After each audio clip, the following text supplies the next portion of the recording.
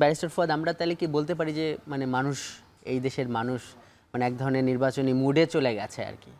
নির্বাচনের আমেজ ওই সেন্সে খুব বেশি আমি দেখলাম না। আমরা যাচ্ছি, সমস্যার কথা বলছে, এবং যেহেতু তৃণমূলে অনেকগুলো সমস্যার সমাধান করতে পেরেছে ইমিডিয়েটলি, যেমন ধরেন আমাদের একটা এলাকা আছে ডিক্রির চর নামে এলাকা, সেখানে স্কুল কলেজ মাদ্রাসা মসজিদ একটা চত্বর আছে, রাস্তাটা হাঁটার উপযোগী ছিল না। ইউএনওকে রিকোয়েস্ট করে ওখানে আমি ইটের রাস্তা করে দেওয়ার ব্যবস্থা করেছি, মাটিটা ভরাট করে দিয়ে পানি যেন না জমে সেটা ব্যবস্থা করে দিয়েছি। এই জন্য মানুষ খুশি হয়েছে।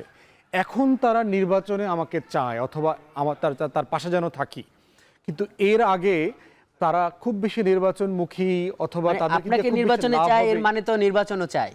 এইটা ইমিডিয়েটলি পরে, মানে এটা মনে হয়েছে কিছু কাজ করে দেওয়ার পরে মনে হচ্ছে যে না ঠিক আছে এই লোকটাকে বিবেচনা করা যেতে পারে, কিন্তু ওভারঅল গ্রামের মানুষদের ভিতরে খুব বেশি নির্বাচনের যে একটা মুড আমেজ সেটা দেখি নাই।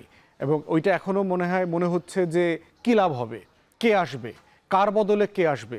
হাট ঘাট মাঠ বালুমহল জলমহল ফেরিঘাট রাস্তাঘাট চাঁদাবাজি সব তো আগের মতো চলতেছে। ব্যানার পরিবর্তন হয়েছে, লোক পরিবর্তন হয়েছে। মানে আমি আমার এলাকাতে দেখলাম 2 গ্রুপ এক দলে রামদা মিছিল করতেছে, বিভিন্ন জায়গায় বলছি, আমাকে হুমকি ধামকি দিচ্ছে, এবং আমার দলের মিটিংগুলোতে যারা আসতেছে তাদেরকে হুমকি দিচ্ছে। এখন গ্রামের মানুষের ভিতরে নিরাপত্তাহীনতাটা প্রচণ্ডভাবে দেখলাম যে কি পাল্টাইলো। গত বছর একদল চাঁদাবাজি করেছে, এখনও আমার ফেরিঘাট থেকে আরেক দল চাঁদাবাজি করতেছে, বদলাইলোটা কি? এই প্রশ্নটা তারা করার চেষ্টা করছে, বাট প্রচণ্ড ভয় আছে দেখলাম, নিরাপত্তাহীনতাটা প্রচণ্ড রকম কাজ করছে। একটু পুতুল আপার কাছে যাই। পুতুল আপা, একটু অন্ধকার হয়ে গেছে না? আপা শুনতে পাচ্ছেন নিশ্চয়ই আমাকে? আপনার কাছে যাচ্ছি। সেটা হলো যে আমরা তো সরব ভোটের মাঠ, এই ইস্যুতেই কথা বলছি। মানে আমাদের সঙ্গে আছেন ব্যারিস্টার ফুয়াদ, বলছে যে মানে মানুষ এখন এই প্রশ্নের উত্তর খুঁজছে যে একটা ইলেকশন হলে আসলে কি হবে। গেল বছর একদল চাঁদাবাজি করেছে, তাহলে নতুন আরেকটা দল বা নতুন আরেকভাবে চাঁদাবাজি শুরু হয়েছে। এবং মানে এই ধরনের ওই যে এক একটা জায়গায় মানে আপনারা যেমন উৎসব মুখর পরিবেশে বলছেন যে প্রচার প্রচারণা চালাচ্ছেন, আবার কোথাও কোথাও পাল্টাপাল্টি রামদা মিছিলের কথাও শোনা যাচ্ছে। আপা, মানে এই যে একটা পরিবেশ, এই পরিবেশটা কি নির্বাচনের জন্য উপযোগী? আর এইগুলোর পেছনে আসলে মানে কারণটা কি, কারা করছে এগুলো?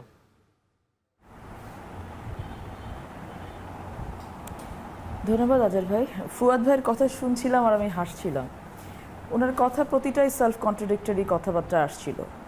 উনি একবার বলছেন যে মাঠে উনি গেছেন, মানুষকে যখন উনি ইন্সপায়ার করার চেষ্টা করছেন, উনি মানুষকে বিভিন্ন আশা ভরসা দেওয়ার জায়গা থেকে উনি কিছু কাজও করেছেন, পজিটিভ ওয়ার্ক ওনার এলাকাতে করেছেন, তখন মানুষ চাইছে যে একটু তিনি পজিটিভ ভাইবটা পাচ্ছেন, কিন্তু তারপরেও তার কাছে মনে হচ্ছে যে না, নির্বাচনী আমেজটা নেই।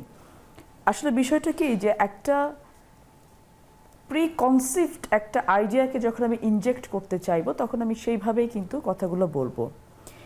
রাজনীতির মাঠে ফুয়াদ ভাইরা একটা ইন্টালেকচুয়াল জায়গা থেকে রাজনীতি করেন। আমি না জানলে হয়তো এটা আমার জানার কিছুটা দৈন্যতা থাকতে পারে, আমি ঠিক জানি না ফুয়াদ ভাই কতটুকু মাঠের রাজনীতি করে এসেছেন।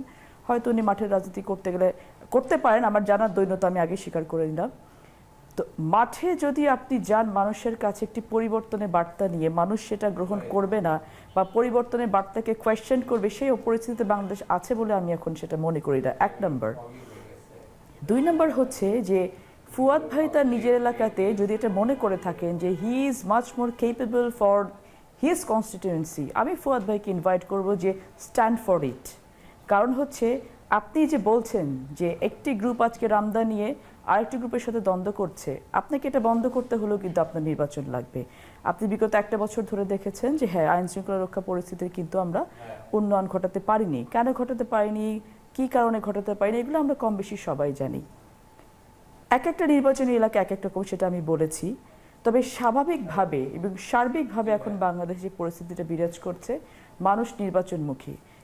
এটা আমি মাঠে নেমে বুঝতে পেরেছি, এবং অন্যান্য জায়গা থেকে আমরা যখন কথা বলছি, কাজ করছি।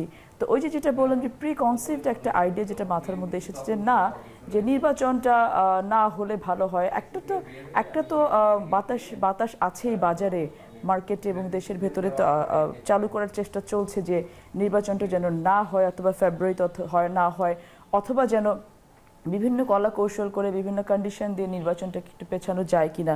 তবে একটা কথা দ্ব্যর্থহীনভাবে আমরা সবসময় বলেছি, এখনো বলতে চাই যে কিছুক্ষণ হাদি ভাই উনিও যেটা বলছিলেন যে তাদের জন্য নির্বাচনই একমাত্র কাজ না, তারা প্রত্যেকটা জায়গায় নক করে দেখতে চান। তো বাংলাদেশ এখন প্রত্যেকটা জায়গায় নক করে দেখার মতো অবস্থানে আছেন কিনা আমি জানি না। আমার প্রথম কথা হচ্ছে, আমি সবসময় যেটা বলেছি যে আমরা মাফিয়াতন্ত্রকে সরিয়েছি, কিন্তু আমরা এখনো গণতন্ত্রের পথে যাই নাই। তো এই মাফিয়াতন্ত্র থেকে গণতন্ত্রের পথের ট্রানজিশনটা কিন্তু আমাদের ভালো যায় নাই, আমাদের আরো ভালো যাওয়া উচিত ছিল বলে আমি মনে করি। কারণ যারা এখন রাষ্ট্র ক্ষমতা পরিচালনার দায়িত্বে আছেন কিন্তু তারা কিন্তু কেউ খুব পুতুল আপা, এই যে মানে বলছেন যে মানুষ তো নির্বাচনের জন্য, যেটি আপনি উল্লেখ করলেন যে অনেকগুলো নির্বাচনে মানুষ ঠিকমতো ভোট দিতে পারেনি, কিন্তু এই দাবিটা কি মানুষের মধ্যে বা এই অনুভূতিটা কি মানুষের মধ্যে নেই যে তারা আসলে ভয় পাচ্ছে যে একটা ফ্যাসিবাদ তাদের বিরুদ্ধে এই গণমানুষ যে একটা অভ্যুত্থান ঘটাইলো, সামনে আবার এই ধরনের কোনো কিছু হয় কি না? মানুষের মধ্যে কি এই ভয় নাই? মানে আপনি কথা বলে কি মনে করছেন? না ভাই, আমি কোনো মানুষের ভেতরে এই ধরনের কোনো ভয় অ্যাটলিস্ট আমার এখানে দেখিনি। এবং আমরা তো টিম ওয়ার্ক করি, আমি আমার কনস্টিটিউয়েন্সিতে কাজ করছি, আমি মনোনয়ন প্রত্যাশা করছি, আমি আমার প্রিপারেশন যেটা আছে সেটা নিয়ে আমি বিলিভ করছি যে আমার প্রিপারেশন যেমন আছে আমার এক্সাম সেরকম ভালো হবে, এটা আমার একটা স্ট্যান্স আছে। আমি অন্যান্য জায়গায় যখন আমাদের টিম ওয়ার্ক দিয়ে অন্যান্য কনস্টিটিউয়েন্সি, চিটাগংয়ে কথা বলছি, সিলেটে কথা বলছি, বগুড়াতে কথা বলছি, বরিশালে কথা বলছি, আমরা কিন্তু সিমিলার ভাইব পাচ্ছি যে মানুষ কিন্তু উন্মুখ হয়ে আছে নির্বাচনে ভোট দেওয়ার জন্য। আপনি যেটা বলছেন যে মানুষ যে মনে করছে কিনা যে একটা স্বৈরতন্ত্র থেকে বাদ দিয়ে আর একটা স্বৈরতন্ত্রে আমরা যাবো কিনা, এটা আমি আপনাকে বলেছি প্রি কনসিভড আইডিয়া, যেটাকে ইনজেক্ট করার চেষ্টা চলছে। আরে ভাইরে, একটা মানুষ রাজনীতি করেছে, একটা দল রাষ্ট্র ক্ষমতা পরিচালনা করেছে দীর্ঘ বছর, যারা করেনি তারাও পার্টিসিপেট করবে। জনগণকে ডিসাইড করতে দিতে হবে যে বাংলাদেশটা কারা পরিচালনা করবে। এখন যারা পরিচালনা করছে তারা একটি গণঅভ্যুত্থানের সরকার এখানে বসে আছে, এবং এই সরকার যত বড় ম্যান্ডেট নিয়ে বাংলাদেশে এসেছে, যত জনসমর্থন নিয়ে বাংলাদেশে এসেছে, এত জনসমর্থন নিয়ে বাংলাদেশে অতীতে কোনো সরকার আসেনি। তাহলে আজকে সরকার কি করলেন? আজকে সরকার জনগণের কতটুকু চাওয়া পাওয়া পূরণ করতে পেরেছেন?